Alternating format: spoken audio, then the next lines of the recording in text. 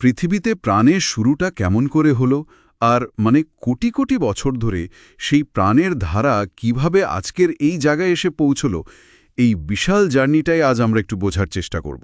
হ্যাঁ, এই আলোচনাটা আমরা মূলত জীবের উৎপত্তি ও বিবর্তন নিয়ে লেখা একটা পাঠ্যকে ভিত্তি করে করছি।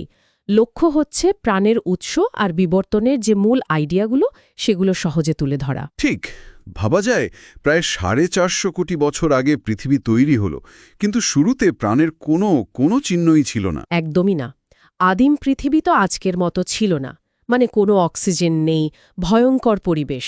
ধীরে ধীরে রাসায়নিক বিক্রিয়ার মাধ্যমে প্রাণের সম্ভাবনা তৈরি হয় আর কি। প্রাণের উৎস নিয়ে তো নানা মুনির নানা মত ছিল, যেমন ওই যে প্যানস্পার্মিয়া, মহাকাশ থেকে স্পোর এসে প্রাণ শুরু করেছে। হ্যাঁ, বা ধরুন জড়বস্তু থেকে আপনা আপনি জীবন তৈরি হওয়ার ধারণাটাও বেশ পুরনো, যদিও লুই পাস্তুর সেটা ভুল প্রমাণ করে দিয়েছিলেন। ঠিক, কিন্তু এখনকার বিজ্ঞানীরা মূলত কোন তত্ত্বটাকে বেশি গুরুত্ব দেন?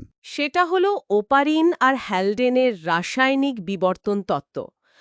আইডিয়াটা হচ্ছে আদিম পৃথিবীতে যে অজৈব অণুগুলো ছিল, মিথেন, অ্যামোনিয়া, জলীয় বাষ্প, এগুলো প্রাকৃতিক শক্তির প্রভাবে, ধরুন বজ্রপাত বা অতি বেগুনি রশ্মি, আচ্ছা।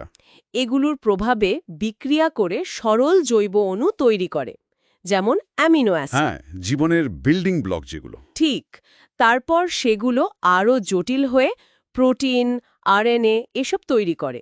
এভাবেই হয়তো প্রাণের দিকে প্রথম ধাপটা এগোয়। আর মিলার ইউরের সেই বিখ্যাত এক্সপেরিমেন্ট, ওটা তো ল্যাবে আদিম পৃথিবীর পরিবেশ বানিয়ে অ্যামিনো অ্যাসিড তৈরি করে দেখিয়েছিল, তাই না? হ্যাঁ, ওটা একটা দারুণ প্রমাণ ছিল যে প্রাণের রাসায়নিক উপাদানগুলো স্বাভাবিক প্রাকৃতিক প্রক্রিয়াতে তৈরি হতে পারে।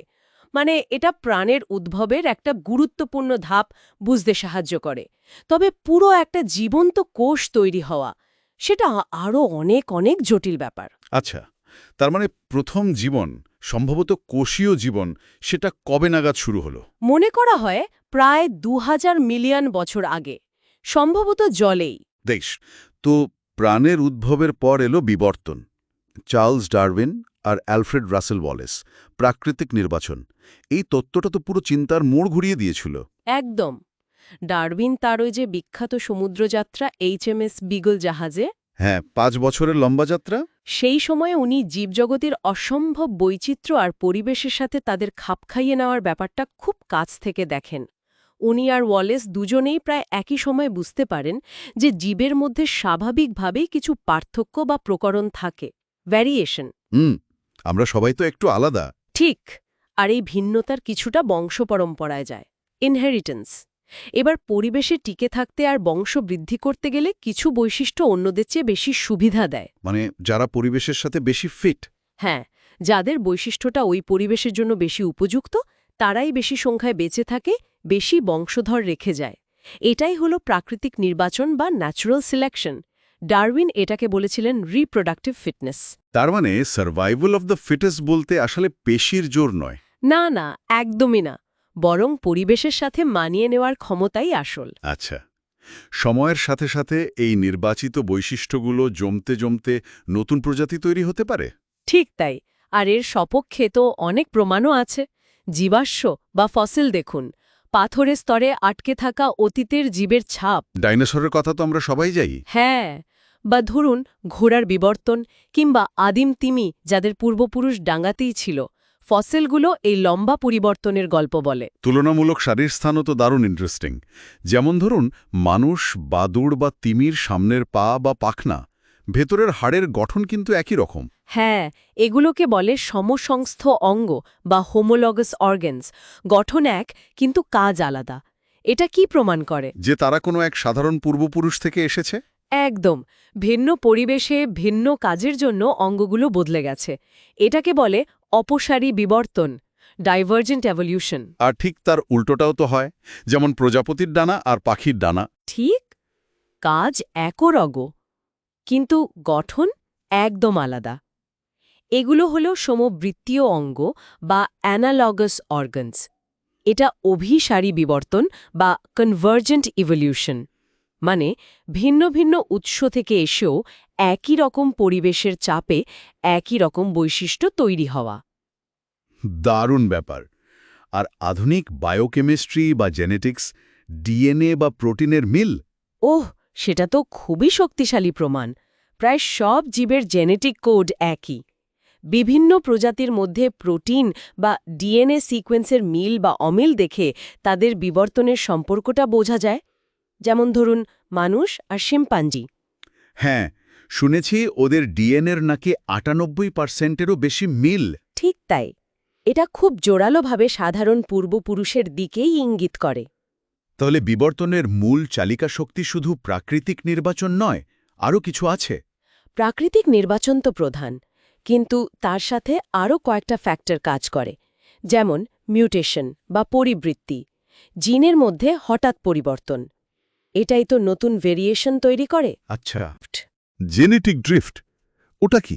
ওটা হচ্ছে ছোট পপুলেশনে অনেক সময় বাই চান্স বা দৈব চয়নের ফলে কোনো জিনের সংখ্যা বেড়ে বা কমে যেতে পারে। এটা কিন্তু নির্বাচন নয়, স্রেফ ভাগ্য। ওহ, বুঝেছি। এই সব মিলেই কিন্তু হার্ডি-ওয়াইনবার্গ নীতি যেটা বলে, মানে একটা পপুলেশনে জিন ফ্রিকোয়েন্সি স্থির থাকার কথা, সেটা ব্যাহত হয়। আর এই পরিবর্তনটাই তো বিবর্তন। আর এই প্রক্রিয়াগুলোর ফলেই কি এত রকমের জীব, যেমন ডারউইনের ফিঞ্চ পাখি বা অস্ট্রেলিয়ার ক্যাঙ্গারু, কোয়েলা?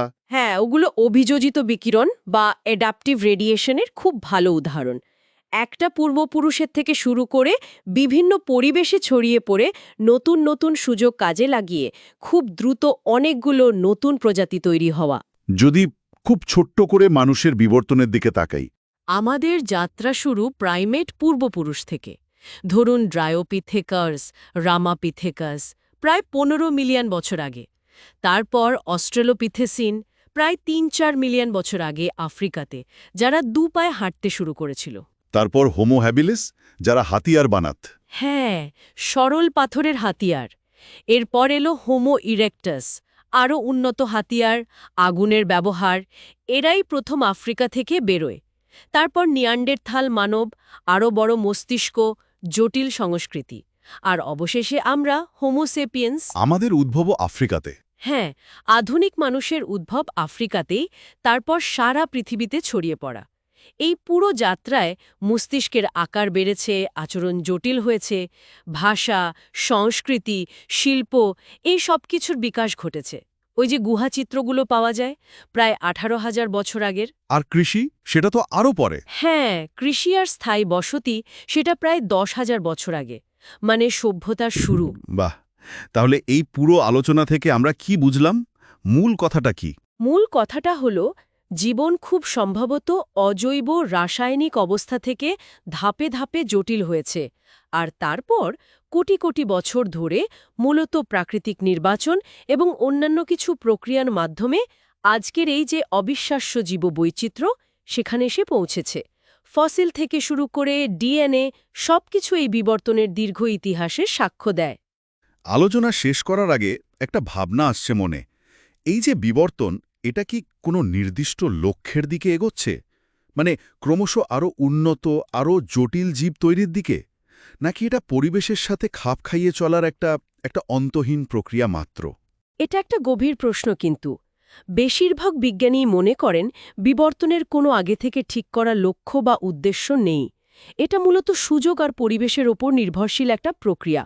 তবে হ্যাঁ, এখন মানুষের কার্যকলাপ, এই যে জলবায়ু পরিবর্তন, দূষণ, প্রযুক্তির ব্যবহার, এগুলো কিন্তু প্রাকৃতিক নির্বাচনের ওপর অমছম প্রভাব ফেলছে।